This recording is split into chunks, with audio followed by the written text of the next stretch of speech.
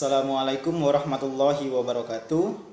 Kami dari kelompok 2 dalam mata kuliah Micro Teaching yang beranggotakan Nama saya Putri Ainda Lestari, NIM A1C17005. Perkenalkan, nama saya Breza Fitri Noventi dengan NIM A1C117055.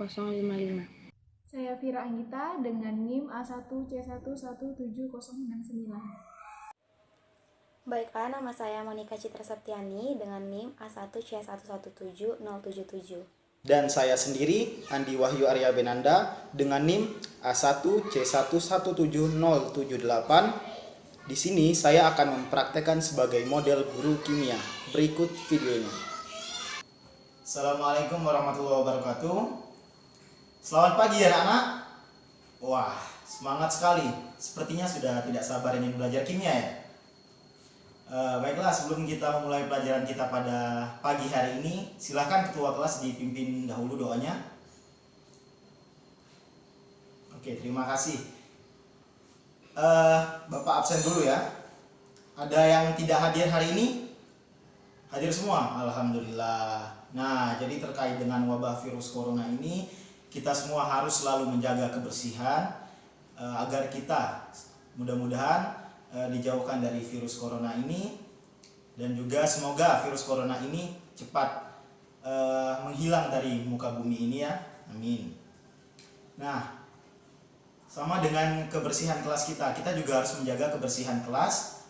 Mengapa? Karena kebersihan itu adalah sebagian daripada iman. Baik, jadi pada pertemuan yang lalu kita telah membahas mengenai sifat koligatif larutan. Nah, ada yang masih ingat apa itu sifat koligatif larutan? Ya, silakan Sefrida. Oke, bagus sekali. Terima kasih Sefrida. Jadi benar kata Sefrida. Jadi sifat koligatif larutan itu ialah sifat larutan yang tidak bergantung pada jenis zat terlarutnya, tetapi hanya bergantung pada konsentrasi partikel zat terlarutnya. Nah, di mana sifat koligatif larutan ini ada dua, yaitu sifat koligatif larutan elektrolit sama sifat koligatif larutan non elektrolit. Sifat-sifat koligatif larutan itu ada 4. Ada yang masih ingat? Ya, silakan Erwin. Ya, benar sekali. Terima kasih Erwin. Nah, jadi yang pertama itu ada penurunan tekanan uap, yang kedua itu ada kenaikan titik didih, yang ketiga ada penurunan titik beku, yang keempat ada tekanan osmotik. Nah, berdasarkan gambar berikut, kira-kira ada yang tahu kita akan membahas tentang apa?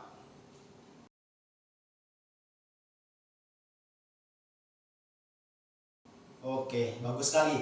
Nah, jadi hari ini kita akan membahas mengenai penurunan titik beku. Dimana pada pembelajaran kita hari ini yaitu tentang penurunan titik beku. Nanti kita akan mengetahui tentang apa sih itu titik beku, penurunan titik beku, faktor-faktor yang mempengaruhi titik beku, dan juga aplikasinya dalam kehidupan sehari-hari. Coba kalian perhatiin gambar berikut.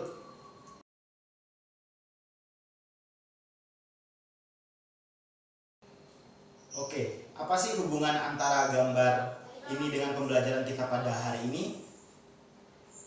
Ya, nanti itu akan kita bahas dan kita jawab setelah kita mempelajari materi kita pada hari ini.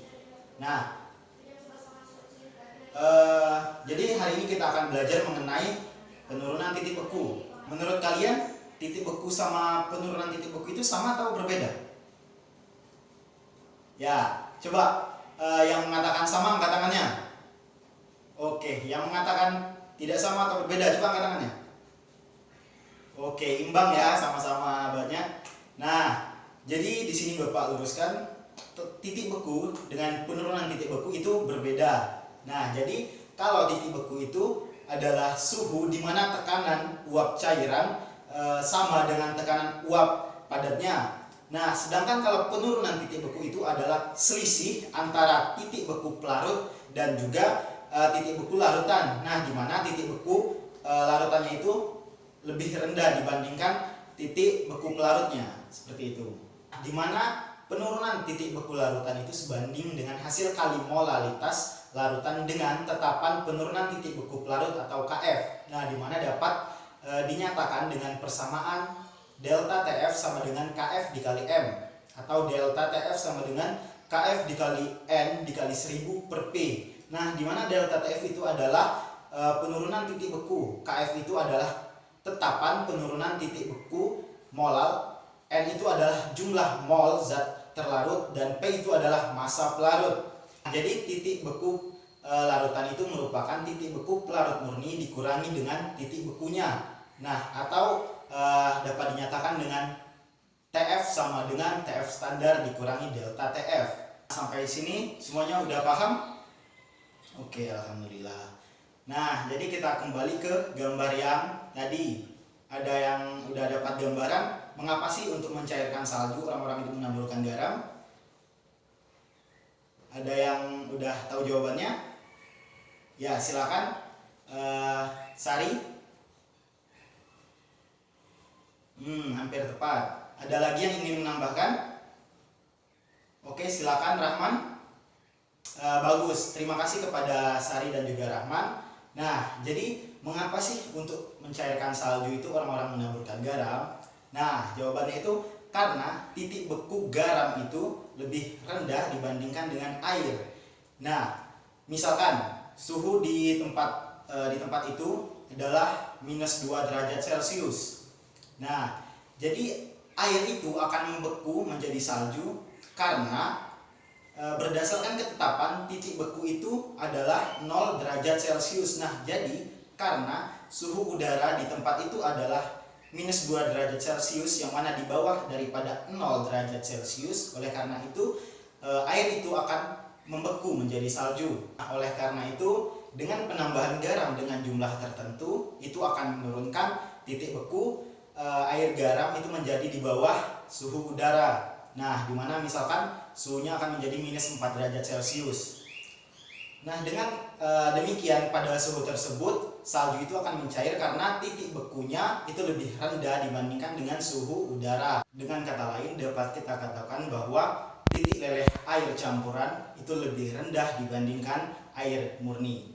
Dimana selisih antara titik leleh campuran dengan air murni itulah yang disebut dengan penurunan titik beku seperti itu, atau delta TF.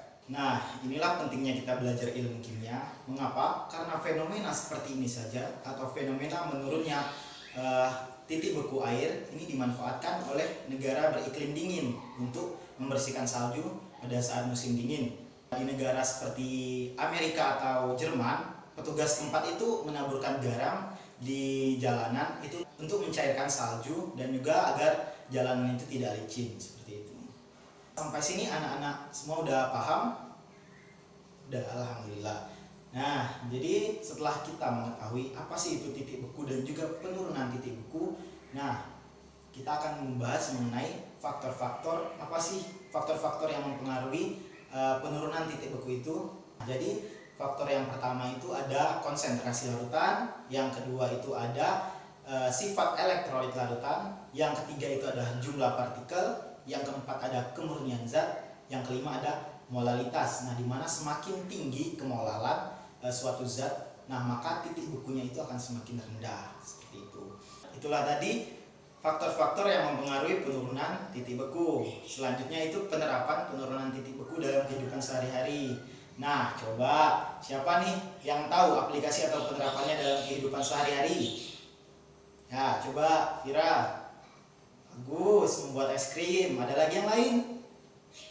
Ya, Ratna, silakan. Oke, contoh yang tadi ya bagus, yaitu proses pencairan salju. Ada lagi yang lain? Ya, coba Yamin. Ya, boleh. Anti beku pada radiator mobil. Nah, ada lagi anti beku pada tubuh hewan dan juga es batu sebagai pengawet ikan. Nah, itulah penerapan penurunan titik beku dalam kehidupan sehari-hari. Oke, dari penjelasan Bapak mengenai penurunan titik beku beserta aplikasinya, apakah anak-anak Bapak ada yang ingin ditanyakan? Tidak ada? Oke, jika tidak ada, Bapak rasa anak-anak semua udah paham mengenai penurunan titik beku dan juga aplikasinya. Nah, untuk itu Bapak ingin siapa yang berani menyimpulkan pembelajaran kita pada hari ini. Oke, silakan Monica. Ya, bagus, benar. Terima kasih Monica. Ada lagi yang ingin menambahkan jawaban Monica? Oke, silakan Reza. Ya, bagus sekali. Terima kasih Reza. Jadi jawaban teman-teman kalian itu benar semua. Nah, di sini Bapak ingin meluruskan bahwa titik beku dan penurunan titik beku itu berbeda. Dimana kalau titik beku itu suhu dimana tekanan uap cairan sama dengan tekanan uap padatannya. Nah, sedangkan penurunan titik beku itu selisih antara titik beku pelarut dan juga titik beku larutannya, dimana titik beku larutannya itu lebih rendah dibandingkan titik beku larutnya. Oke, Bapak rasa cukup karena waktu kita juga sudah habis. Semoga pembelajaran kita pada hari ini dapat bermanfaat. Silahkan kalian pelajari mengenai tekanan osmotik. Bapak akhiri pertemuan kita pada pagi hari ini. Wabillahi taufiq wal hidayah. Wassalamualaikum warahmatullahi wabarakatuh. Selamat pagi. Baiklah, itulah video praktek mengajar sebagai seorang guru kimia dari kelompok kami.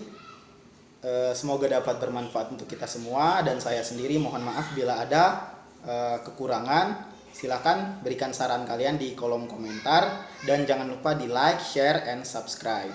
Terima kasih. Wassalamualaikum warahmatullahi wabarakatuh.